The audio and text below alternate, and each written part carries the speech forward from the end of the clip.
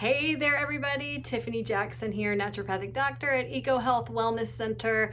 I am coming in today to talk about low energy, especially for my women out there.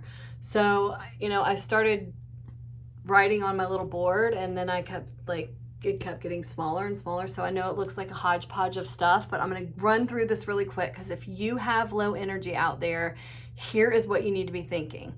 And when I sit down with a patient, this is what's going through my head. And in my paperwork, we're checking off all these boxes and we're making sure we are looking at the full picture. So the first thing here is thyroid. It's the most important thing that we need to consider when somebody presents with low energy. The thyroid, it sits right here and it controls metabolism, and that's gonna in turn control your energy. So if you are hypothyroid, if you have low thyroid, that can be the first big thing that's off, causing your low energy. Most people with hypothyroid, or most of my women, they have weight gain, their hair's kind of falling out, everything is slowing down, their skin's dry, they're constipated. So if that is something that you have, you want to have that fully evaluated. And that's looking at a comprehensive panel, not just a TSH, a free T3, a free T4, your thyroid antibodies.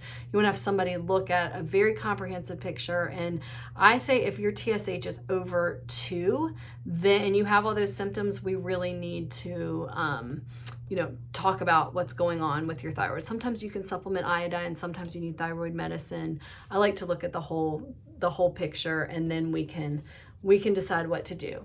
The next thing here is other hormones, sex hormones. So women, especially perimenopausal, which that can last for up to 10 years, starting at 40 or your mid 40s going into your 50s. That is, if you're getting a dip and decline in estrogen and progesterone and even testosterone, women can get really fatigued. So having your hormones evaluated is something that's really important, especially if we're having other symptoms show up that are showing kind of a hormonal imbalance.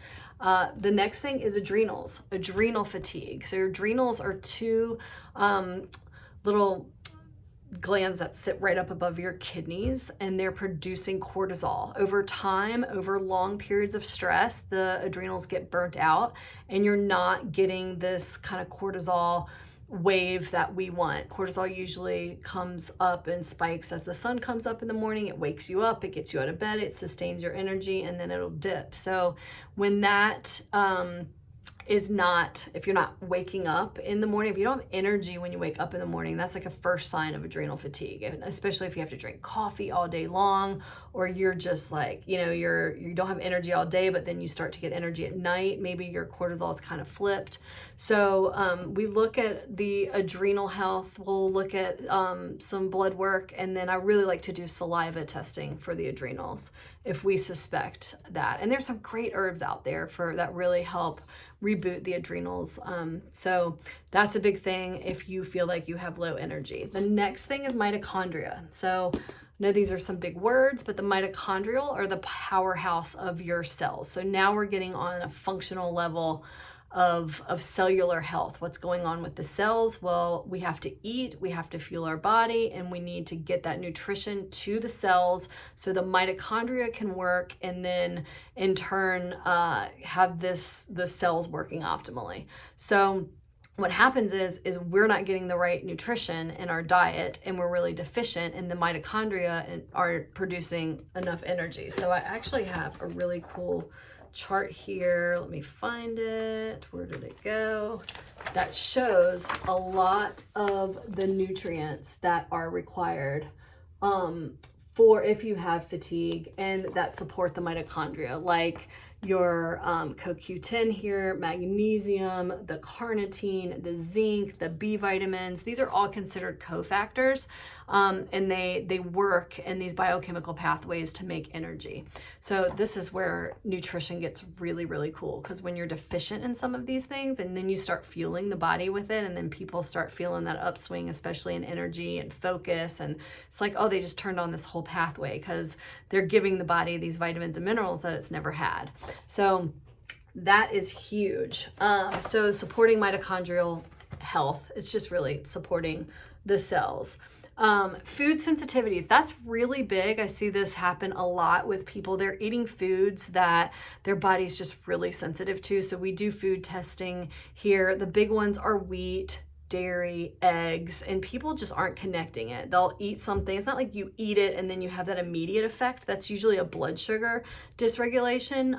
Your blood sugar spiking, and then you're dipping and you have chronic fatigue, which we're getting to there. That's on here. But food sensitivities, it's just more of this, they're eating these foods that are just chronically causing this underlying reaction, or maybe they have candida in their gut or another bacterial infection, and they just have this underlying sensitivity going on that when we eliminate that food, it just allows the body to heal and they feel better and they have more energy. So we do a food test, a finger stick prick, to determine that.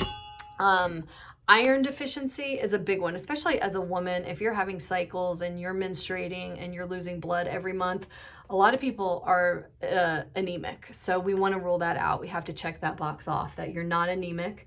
And then the last one up here is low blood sugar. So hypoglycemia, if your blood sugar is constantly dipping, like spiking and dipping and spiking and dipping, I mean, it can cause massive energy swings. So we really need to work on your diet and making sure like you have balanced protein, carbs, and fats in your meals. So when you eat a meal, like your blood sugar is totally stabilized. So you're not just eating a bunch of sugar that's spiking it and then dipping. And that the one thing I teach my patients is, if your blood sugar is not balanced because you're hungry all the time. And if you eat a meal and then you're hungry an hour later, like you did not get enough fat, you did not get enough protein. And basically it was a very carb heavy meal, and it spiked your blood sugar and then it dipped, and now you're just kind of like ravenously hungry. And then people, they'll eat more fruit. Oh, I'm eating fruit, and it's just fructose, and the body doesn't need that much fruit all the time. So we got to get more protein, more healthy fats. We need to get it in the right balance. And like when you have that perfect meal, because you're actually satiated, you feel full for about 2.5, 3 hours.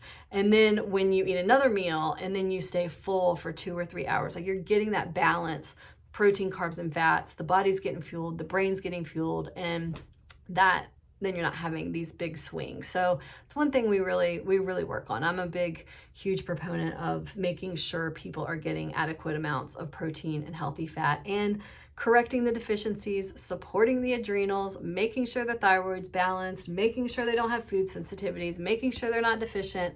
So if you have low energy, these are all the things you need to be thinking about. If you don't want to do it on your own, I am here for you. I have a whole program set up where we get all your blood work and all your testing done up front, and then you come sit down with me and do a comprehensive evaluation, put together an individualized plan for you so you can get feeling better and have energy again. It's possible. Go check out my testimonies. Until next time, I will see you soon.